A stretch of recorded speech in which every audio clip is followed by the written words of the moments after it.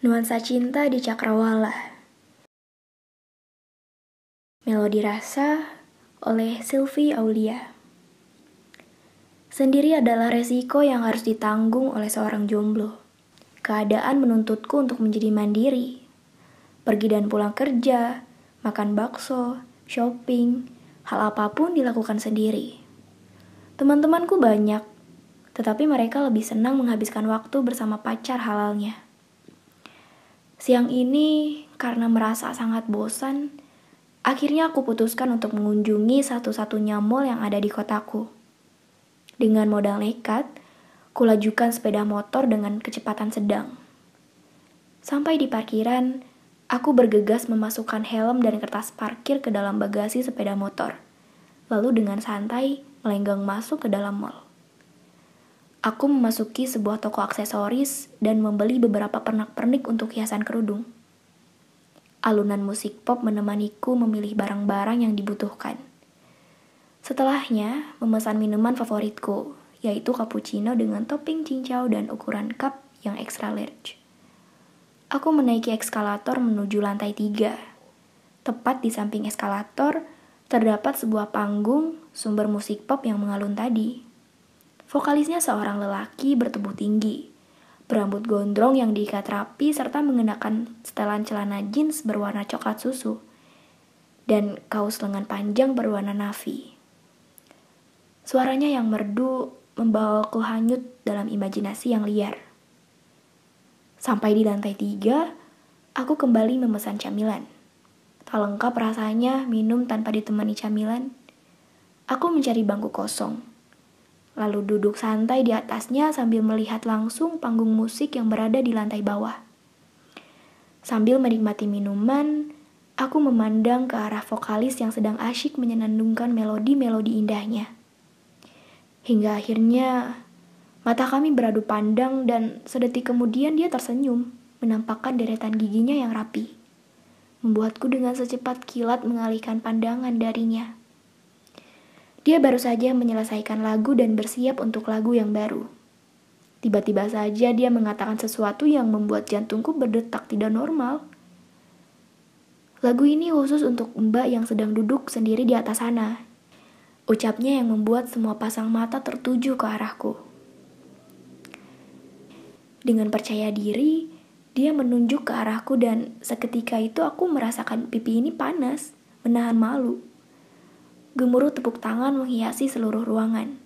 Orang-orang semakin banyak berkerumun. "Mbak, turun dong mbak," pintanya padaku menggunakan pengeras suara yang dia pegang. Aku menggeleng keras.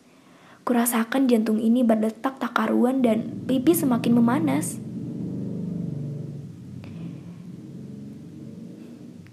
Ditambah lagi orang-orang di bawah sana berteriak, "Turun, turun, turun." Mimpi apa aku semalam? Ya Allah, aku malu. Tolong aku, rintihku dalam hati. Mbaknya gak mau turun nih. Oke, saya yang naik ke atas ya. Masih diiringi dengan musik, dia berlari menaiki eskalator, menghampiriku yang tengah mati kutu, lalu melanjutkan nyanyiannya hingga selesai di sampingku. Orang-orang yang tadinya berkerumun di bawah, kini pindah mengerumuniku di lantai atas. Tak lupa mereka mengabadikan kejadian ini menggunakan ponsel yang mereka genggam. Rasanya aku ingin menghilang saja dari tempat ini. Di satu sisi, aku malu menjadi tontonan orang-orang. Namun, di sisi lain, aku merasa sangat bahagia. Baru kali ini aku diperlakukan dengan cara yang istimewa. Memang dari awal, suaranya sudah menyihirku, tapi sama sekali tak pernah menyangka akan terjebak di situasi ini. Riuh tepuk tangan terus membahana. Aku masih saja mematung, menatap lekat pria berambut gondrong itu di hadapanku. Seseorang menghampiri dan memberikannya setangkai bunga mawar untuk diberikan padaku. Dia menerimanya dan perlahan berjalan ke arahku. Para pengunjung kembali bersorak-sorai. Masih menggunakan pengeras suara, pria berkaus navy itu pun berkata, "Zahra, aku telah lama berkelana, hingga akhirnya aku menemukan sebuah rumah. Namun saat ingin memasukinya, Aku sadar kalau tak memiliki kuncinya. Setahun belakangan ini, aku berusaha untuk menemukan kunci itu. Sampai akhirnya, Tuhan mempertemukan kita hari ini. Kini, dia sudah berada di hadapanku dan hanya menyisakan sedikit jarak di antara kami. Senyumnya yang terus mengembang mengingatkanku pada seseorang. Zuhri. Nama itu begitu saja terlintas di pikiranku. Ya, aku tak mungkin salah lagi. Pria berambut gondrong ini adalah Zuhri, lelaki yang pernah kutemui setahun lalu di acara walimahan Tiara, sahabatku. Dia segera berlutut untuk menyerahkan bunga mawar itu. Aku menengadahkan wajah ke atas, menahan air mata yang sedari tadi ingin tumpah.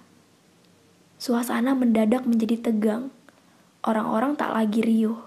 Semuanya fokus untuk melihat bagaimana responku. Zahra, sudikah engkau memberikan kunci itu padaku? Lanjut pria itu. Kurasakan dua tangan mencengkram kedua pundakku. Saat aku menoleh, ternyata ayah dan bunda sudah berada di sisi kanan dan kiri. Dengan mata berkaca-kaca, mereka mengangguk, tanda setuju. Aku menjadi semakin bingung. Kupandangi kerumunan orang-orang satu persatu dan mendapati Tiara yang tengah melakukan hal yang sama. Mengangguk-ngangguk dengan mata berkaca-kaca. Mungkinkah ini mimpi? Tanyaku dalam hati.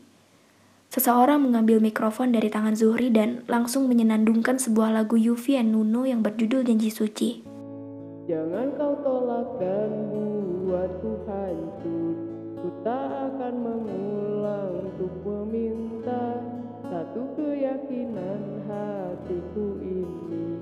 Akulah yang terbaik untukmu.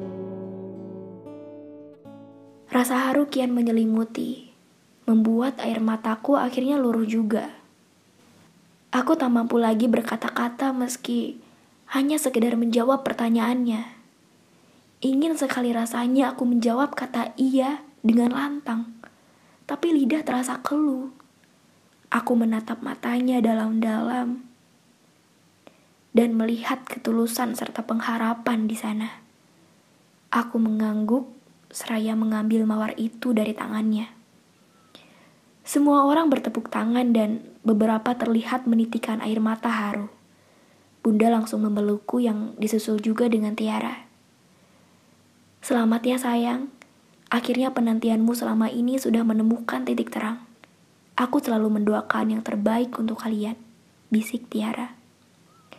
Seminggu kemudian, Zuhri datang ke rumahku untuk melamar secara resmi.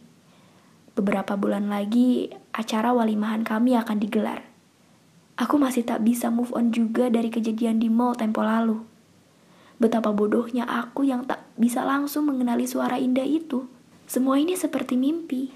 Aku hanya bosan dan ingin refreshing, malah akhirnya dilamar dengan cara yang membuatku menjadi melting. Ternyata, ungkapan bahwa cinta adalah misteri memang benar adanya.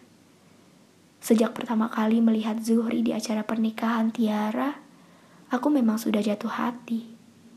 Tak menyangka jika melodi-melodi yang dia senandungkan menimbulkan rasa cinta yang akhirnya membawaku pada kebahagiaan. Allah Maha Baik mempertemukanku kembali dengan Zuhri siang itu. Saat melihat aku menaiki eskalator, dia langsung menghubungi Tiara yang merupakan kakak iparnya sendiri. Pria itu tak dapat lagi menahan perasaannya. Ia ingin segera mengungkapkan. Mendapat kabar kami berada di lokasi yang sama, Tiara bergegas menjemput orang tuaku. Aku sama sekali tak menyangka, ternyata selama ini kami mempunyai rasa yang sama.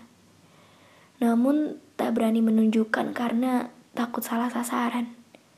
Seperti halnya Fatima dan Ali yang menyimpan perasaan tanpa diketahui oleh setan sekalipun.